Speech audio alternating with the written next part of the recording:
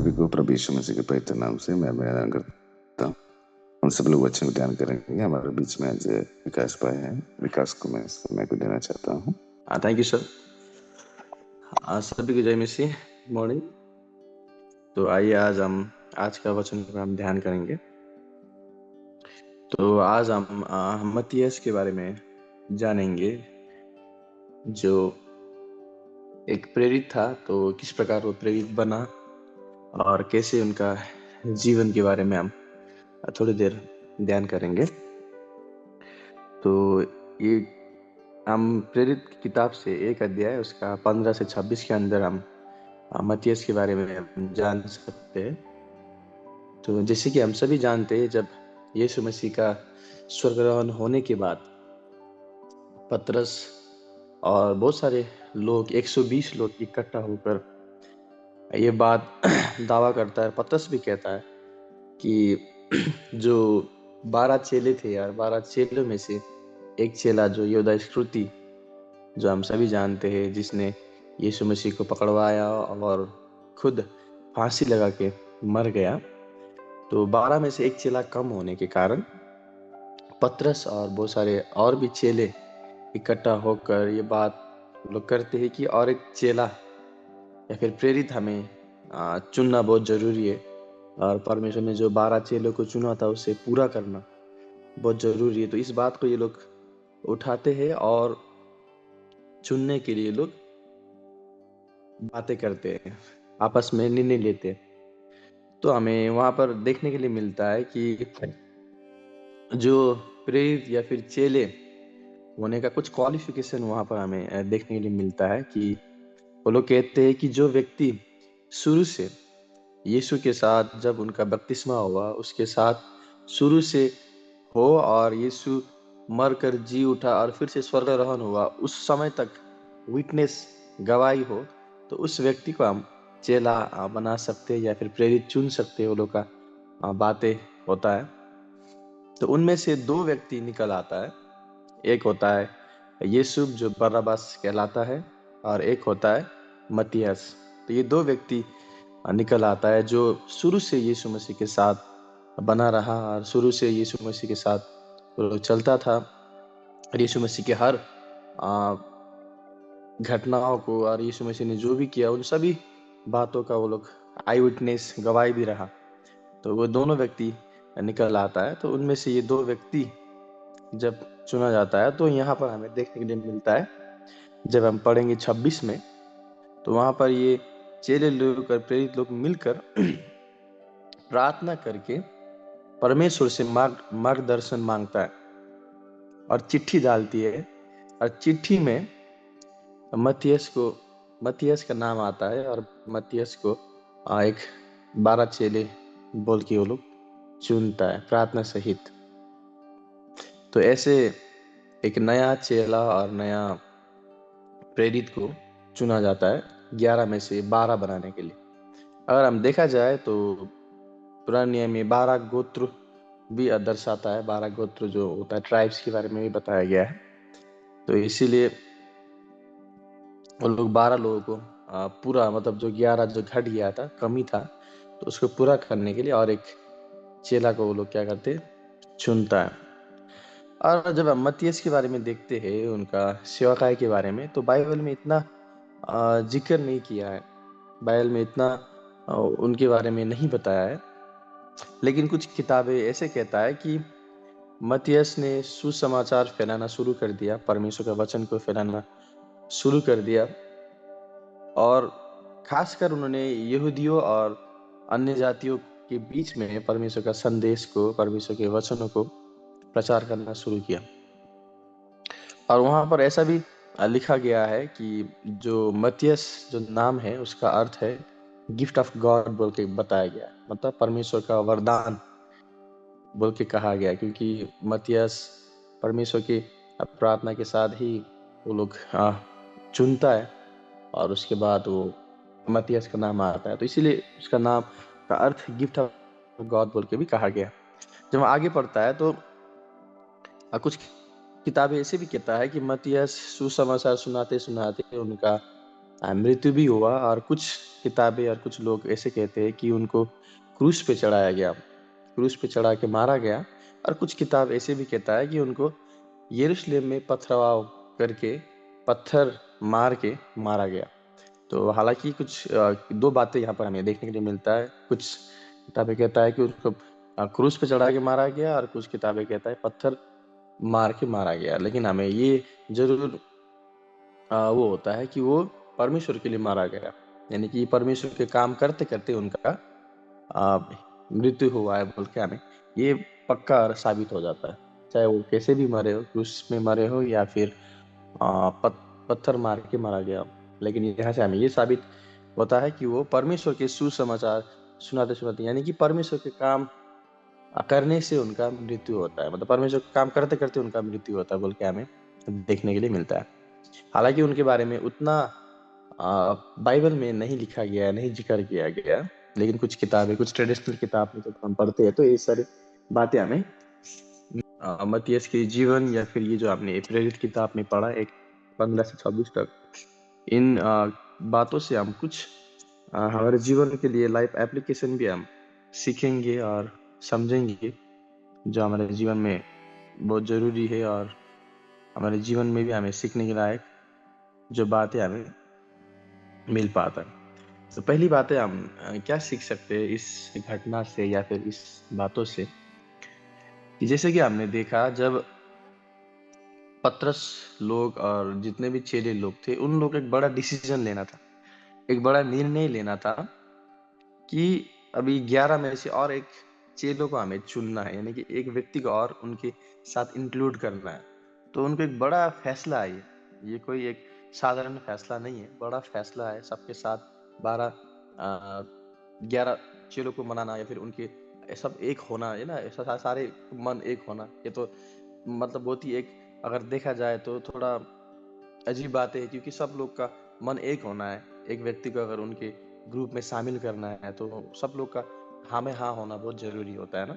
तो ये लोग एक बड़ा फैसला सभी लोग मिलकर लेता है, और वहां पर हमें देखने के लिए मिलता है कि वो लोग ऐसे ही अपने विचार और अपने सब लोग मिलने के बाद ऐसे ही नहीं चुनते, बल्कि वो लोग क्या करते, इस बातों को परमेश्वर के सामने रखता है, प्रार्थना के साथ हम देखने के लिए मिलता है। प्रार्थना करके परमेश्वर से मार्गदर्शन मांगता है। मतलब ये जो चुनना, चेलेपन में, मतलब उनके अंदर, उनके ग्रुप में ऐड करना एक व्यक्ति को, तो उसके लिए पहले तो सब मिल के डिसीजन लेता है कि वो व्यक्ति के अंदर क्या क्वालिफिकेशन होना चाहिए। और जब उनको पता चलता है कि शुरू से होना चाहिए वो व्यक्ति, यीशु के बपतिस्मा से लेकर यीशु का स्वर्गारोहण होने तक, जब उनको दो व्यक्ति मिलता है, उन दो व्यक्ति को बीच में भी अभी चुनना होता है। तो वो चुनने का डिसीजन वो लोग क्या करते, एक बड़ा निर्णय अपने मन मर्जी से या फिर अपने क्या बोलता है विचारों से नहीं। हो सकता होगा कुछ लोग यीशु के साइड थे होंगे ना, कुछ लोग सोचते होंगे ये व्यक्ति हमारे ग्रुप में, अब 11 में से कुछ लोग सोचते होंगे ये व्यक्ति हमारे ग्रुप में आएंगे तो अच्छा होगा।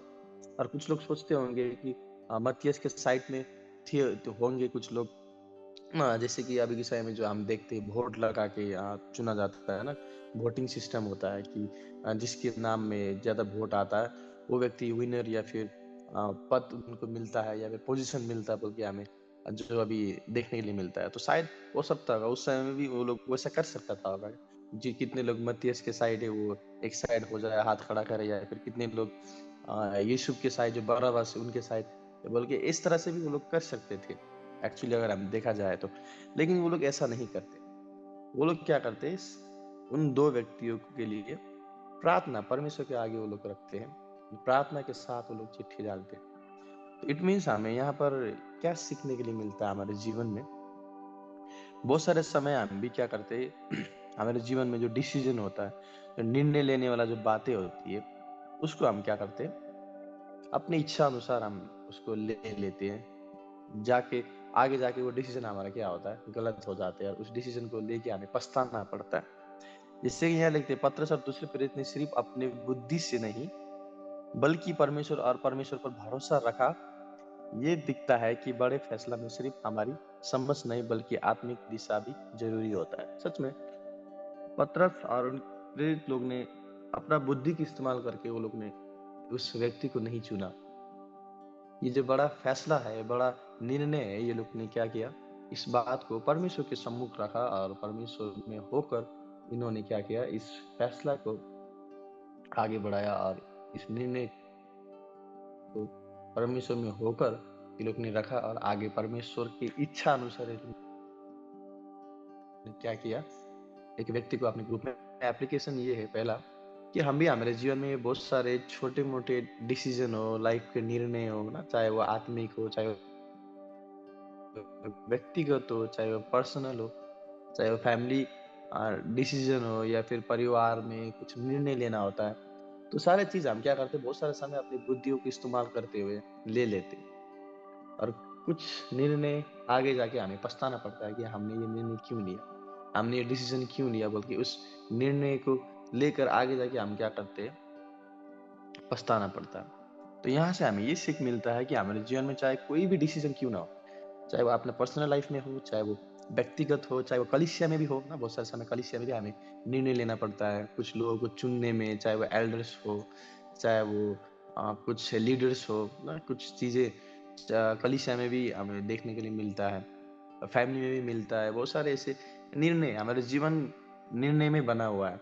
तो हम क्या करते हैं, बहुत सारे समय अपने बुद्धियों को इस्तेमाल करते हुए हम क्या करते हैं, निर्णय लेने के लिए आगे बढ़ते हैं, और वो निर्णय आगे जाके क्या होता है, हमें ही गलत लगने लगता है, और या फिर उस निर्णय से हम पछताने लगता है। तो यहाँ से हमें ये सीख मिलता है कि हम कभी भी हमारे जीवन में कुछ भी निर्णय लेने जाते हैं तो हम हमेशा प्रार्थना में होकर परमेश्वर का मार्गदर्शन मांगते हुए हमें क्या करना, निर्णय लेना, ताकि वो निर्णय आगे जाके हमें पछताना ना पड़े वो निर्णय को लेकर। यहाँ पर हमें वही देखने के लिए मिलता है कि पतरस और प्रेरितों ने अपने बुद्धि का इस्तेमाल नहीं किया, बल्कि परमेश्वर के साथ, परमेश्वर में होकर इन्होंने क्या किया, डिसीजन टेक किया।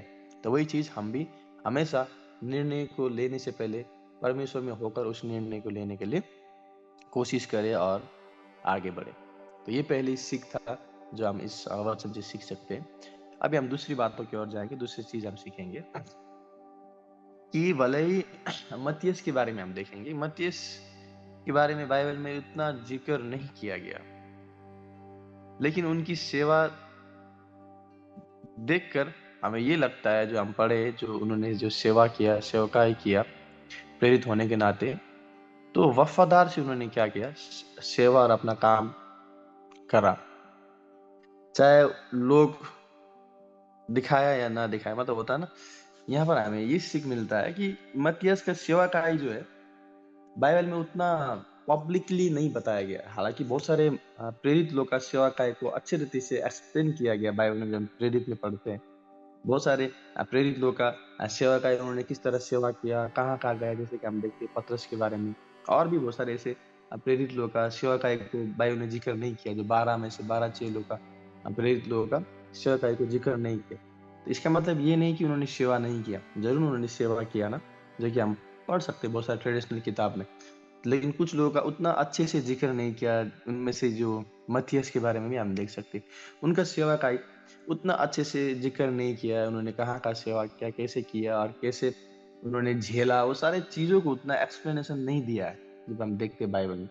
लेकिन हमें ये साबित जरूर होता है कि उन्होंने बहुत ही वफादार से अपना सेवा करते करते, परमेश्वर के काम करते करते उनका क्या हुआ, मृत्यु हुआ बोल के हमें देखने के लिए मिलता है, और वो परमेश्वर के काम करते करते ही मरा। तो यहाँ से हमें ये साबित आ, होता है, और ये साबित हमें मिलता है कि चाहे, लेकिन वहां पर हमें ये सिखाता है कि हमारा जो मिनिस्ट्री या फिर हमारा सेवकाई जो है मत्तियस की तरह होना बहुत जरूरी है। चाहे वो लोग देखे या ना देखे, चाहे किसी किताब में हमारे बारे में जिक्र किया हो या नहीं किया हो, लेकिन हमें परमेश्वर के काम को वफादार से करना बहुत जरूरी है। और इतना वफादार से करना है कि चाहे हमारा जान भी क्यों ना चला जाए, परमेश्वर का सेवा कार्य करना कभी भी नहीं छोड़ना है, जैसे कि यहाँ पर मत्तियस ने वो करके दिखाया ना। यहाँ पर ऐसा लिखा गया है कि मत्तियस शुरू से ही यीशु को साथ था, और यीशु के मतलब जो भी उन्होंने काम किया, यीशु ने जो भी चमत्कार किया, यीशु के ऊपर वो विश्वास करता था। और वो जब चुना गया उसके बाद भी वो सच्ची रीति से एक नम्र होकर अपने सेवकाई को उन्होंने आगे बढ़ाया, और इतना वो आगे बढ़ा, सेवकाई किया कि वो क्या हुआ, एक दिन परमेश्वर के काम करते करते उनका मृत्यु भी हुआ। और कुछ लोग कहते हैं वो क्रूस पर मारा गया, और कुछ लोग कहते हैं वो ऐसे पत्थरवाह करके वो मारा गया।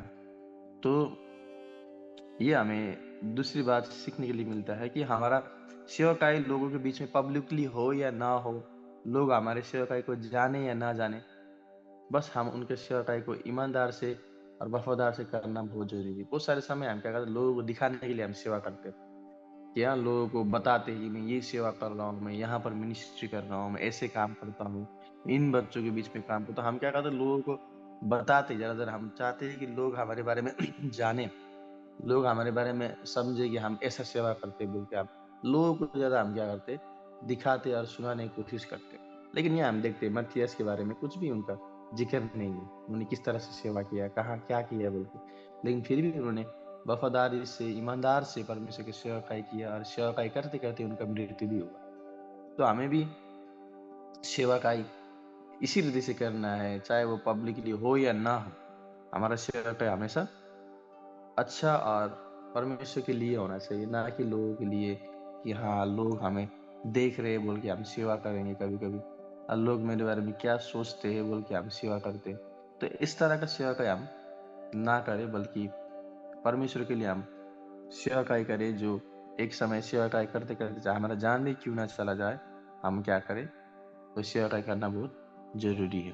तो यही चीज़ हमें यहाँ पर देखने के लिए मिलता है कि हम कभी भी परमेश्वर का सेवकाई लोगों को दिखाने के लिए, या फिर हमारे बारे में जिक्र होता है, या फिर हम लोगों के लिए लोगों के सामने एक हमारा अच्छा एक नाम होता है बोल के, इस विचार लेके हम कभी भी सेवा ना करें, बल्कि हमारा सेवा पब्लिकली हो या ना हो, वो परमेश्वर जानता है और हम जानते हैं। तो हमारा सेवकाई मत्थियस की तरह वफादार होना चाहिए, और उन्होंने सेवकाई किया, परमेश्वर का मिनिस्ट्री किया, संदेश को फैलाया, परमेश्वर के वचनों को लोगों के बीच में पहुंचाया। इतना हमें यकीन मालूम है। और उन्होंने ये सब करते करते उनका एक दिन क्या हुआ, मृत्यु हुआ। हालांकि उनका उतना जिक्र नहीं किया बाइबल में। यही चीज हमें सिखाता है कि हम भी परमेश्वर की सेवकाई को उनकी तरह करें, हर जगह हर पहल उनकी सेवकाई को हम बनाए रखें, और लोगों के बीच में संदेश पहुंचाते रहे, चाहे लोग हमारे बारे में बात करें या ना करें, या फिर हमारे बारे में जिक्र हो या ना हो। बस हमारा फर्ज है वफादारी से और ईमानदारी से परमेश्वर की सेवकाई को आगे बढ़ाए, चाहे हमारा जान भी क्यों ना चला जाए आने वाले दिनों में। बस उनका सेवकाई को हम करते रहे और करते रहे और करते रहे, और इतना करें कि यहाँ तक कि हमारा लाइफ भी चला क्यों ना जाए, बस परमेश्वर का सेवकाई को हम आगे बढ़ाते रहे। यही दो चीज़ें हमें यहाँ पर देखने के लिए मिलता है, जो परमेश्वर के वचन हमें समझाता है कि पहले चीज़ें हम हमेशा अपने जीवन में जो भी निर्णय लेते हैं, चाहे बड़ा हो छोटा हो, प्रार्थना सहित उस निर्णय को हम ले, प्रार्थना के साथ उस डिसीजन टेक करें, ना कि अपनी बुद्धि की इस्तेमाल करें। जो हम बुद्धि की इस्तेमाल करते तो आने वाले दिनों में वो डिसीजन लेकर हम पछताना पड़ता है। लेकिन जब हम परमेश्वर में होकर उस डिसीजन को लेते हैं, तो हमें कभी भी पछताना नहीं पड़ता है। तो पहले सीख हमने सीखा। और दूसरी सीख कि हमारा सेवकाई पब्लिकली हो या ना हो, हम बस सेवकाई ईमानदार से करें, लोगों के लिए ना करें, लोगों को दिखाने के लिए, लोग हमारे बारे में क्या सोचते हैं, लोग हमें तारीफ करेंगे, इस तरह सोच लेकर अगर हम सेवकाई करेंगे तो वो सेवकाई सब व्यर्थ है। बल्कि ईमानदार और सच्चाई से करें, हमारे बारे में जिक्र हो या ना हो, पब्लिकली हो या ना हो, हम हमारे सेवकाई को हमेशा आगे बढ़ाते रहे। और चाहे हमारे लाइफ में सेवकाई करते करते जान भी क्यों ना चला जाए, बस हम हमारे सेवकाई को कंटिन्यू करें। तो वो चीज़ हमें इस वचन से सीखने के लिए मिलता है, और मत्थियस के जीवन से सीखने के लिए मिलता है। तो यही बातें आज का वचन हमें समझाता है और सिखाता है। तो आई होप आप लोग समझे होंगे। तो इस वचन को मैं यहीं पर समाप्त करते हुए आए के समय में फिर से सर को देना चाहूंगा। सभी को जय ओके, थैंक यू विकास। परमेश्वर आशीष करे आपको बहुत ऐसे। प्रिय, हम आखिरी प्रार्थना करेंगे और इस आराधना समाप्त करेंगे। मैं चाहता हूँ कि हमारे बीच में कोई एक प्रार्थना कीजिएगा। यहाँ पर जितने भी लोग जुड़े हैं उनके लिए, उनके आत्मिक जीवित के लिए, और जो नहीं जुड़े हैं उनके लिए भी, वो लोग भी प्रार्थना में जुड़ सकें और अपने आत्मिक जीवित को परमेश्वर के सम्मुख में सही से बना के रखें। इसलिए हमारे बीच में कोई एक आकर प्रार्थना कीजिएगा। आइए हम लोग प्रार्थना करेंगे। स्वर्ग में विराजमान परमेश्वर, हम आपको धन्यवाद देते हैं पिता। आप राजाओं के राजा, प्रभुओं के प्रभु पिता, आपकी तो कोई नहीं पिता। और खुदा यीशु, हम आपसे विनती और निवेदन करते हैं पिता, आज जो भी भाई बहन पिता जो आपकी उपस्थिति में, आपकी हजूरी में जुड़े हैं पिता, आप उनके जीवन को, उनके परिवार को पिता हम आपके हाथों में देते हैं प्रभु। आज बहुत से ऐसे भाई बहन है पिता जो लोग नहीं जुड़ पाए हैं पिता, लेकिन खुदा यीशु आप उनको भी हृदय और मन दे डाले पिता परमेश्वर, ताकि वो सभी लोग पिता आपको आदर और सम्मान देकर पिता आपकी उपस्थिति में, आपकी हजूरी में जुड़ने पाएँ खुदा यीशु। और वो ये 30 मिनट पिता और आपके साथ में बिताने पाएँ प्रभु, ताकि आपके नाम को महिमा, आपके नाम को बड़ाई हो पिता। और खुदा यीशु उन भाई बहनों के जीवन में पिता अनुग्रह और आशीष आने पाए खुदा यीशु, ताकि आपके नाम को महिमा हो, आपके नाम को बढ़ाए पिता। और खुदा यीशु हम आपसे विनती निवेदन करते हैं पिता, आज का जो भी दिनचर्या है पिता, वो सारे दिनचर्या में पिता आप उन्हें इस्तेमाल करें, आप उनकी अगुवाई करें, ताकि उनके जीवन से पिता किसी को ठेस, किसी को तकलीफ ना पहुंचे हो, और उनके जीवन से पिता आपको महिमा, आपको बड़ाई और आपको प्रशंसा होने पाए खुदा यीशु। आपके वचन में लिखा गया है, तुम्हारा उजाला मनुष्य के सामने चमकेगी, तुम्हारे भले कामों को देखकर जो पिता स्वर्ग में उसकी बड़ाई पिता। हर एक विश्वास करने वाले भाई बहन के जीवन से आपको महिमा, आपको बड़ाई और आपको प्रशंसा होने पाए पिता। और एक गवाही के लिए पिता आप उन्हें खड़ा कर रहे हैं, आप उन्हें इस्तेमाल कर रहे हैं प्रभु, इसके लिए भी हम आपको धन्यवाद देते हैं पिता। और इस ठंड के मौसम पिता आप उन्हें बचा संभाल के सुरक्षा प्रदान कर रहे हैं प्रभु, इसके लिए भी हम आपको धन्यवाद देते हैं पिता। उन्हें हर मुसीबत, हर बला से आप बचा संभाल कर रखें, और उन्हें सुरक्षा और प्रोटेक्शन दीजिए प्रभु। और अपने सेवा के लिए पिता आप उन्हें इस्तेमाल कर रहे हैं प्रभु, इसके लिए भी हम आपको धन्यवाद देते हैं। प्रार्थना करते हैं भाई विकास के लिए पिता, जो भी पिता आज उन्होंने मतिया के जीवन से हमें बताया कि कैसे हमें सेवा में आगे बढ़ना है पिता। वैसे पिता सभी भाई बहन पिता आपकी उपस्थिति में, आपकी हजूरी में वो बढ़ने पाए, और खुदा यीशु ताकि आपके नाम को महिमा हो, आपके नाम को बढ़ाई है पिता। और हम प्रार्थना करते हैं पिता, सीसीटी ट्रस्ट को पिता हम आपके हाथों में देते हैं पिता, और उसमें जहाँ भी ऑर्गेनाइजेशन है पिता सबको पिता हम आपके हाथों में देते हैं पिता। छोटे बड़े सभी स्टाफ को पिता हम आपके हाथों में देते हैं, आप उन्हें भी आप इस्तेमाल करें, उनके सेहत और स्वास्थ्य को पिता आप अच्छा रखें खुदा यीशु। उनके द्वारा पिता आप अनुग्रह आशीष करें, ताकि बहुत से अभी लोग हैं जो बचाए जा सकें, बहुत से लोग अंधकार में हैं, पाप में हैं, आप उन्हें भी उस अंधकार और पाप से पिता उनको छुटकारा और आशीष को मिलने पाए प्रभु, ताकि आपके नाम को महिमा हो, आपके नाम को बढ़ाए पिता। और सभी स्टाफ को पिता हम आपके नामी और समर्थी हाथ में सौंपते हैं पिता। और हम प्रार्थना करते हैं अंकल के लिए, आंटी के लिए पिता, और भी जो सेवक लोग हैं पिता उन सबको पिता एक बार फिर से पिता हम आपके चरणों में समर्पित करते हैं, आप उन्हें इस्तेमाल करें, उनके द्वारा पिता बहुत से लोग आशीषित हो रहे हैं प्रभु, इसके लिए भी हम आपको धन्यवाद देते हैं पिता। आज जो भाई बहन नहीं जुड़ पाए पिता, लेकिन खुदा यीशु में विश्वास करते हैं प्रभु, जब वो कल के दिन में पिता हो सभी लोग पिता आपकी उपस्थिति में, आपकी हजूरी में पिता वो जुड़ने पाए प्रभु, ताकि आपके नाम को महिमा और आपके नाम को बढ़ाए पिता। और जो भी और इस यूट्यूब पर जाकर इस सुने पिता, उनके भी जीवन में अनुग्रह और आशीष आने पाए प्रभु, ताकि आपके नाम को महिमा और आपके नाम को बड़ाई होने पाए खुदा यीशु। हर एक भाई बहन के जीवन को, उनकी जरूरतों, उनको आवश्यकताएं पिता आपके नाम से पूरी हो पिता। प्रार्थना विनती सुना, आशीष किया प्रभु, इसके लिए हम आपको धन्यवाद देते हैं। धन्यवाद के साथ ये सर्वदोसार विनती जय उद्धार करता यीशु के मधुर मीठे नाम से मांग लेते हैं, आमीन।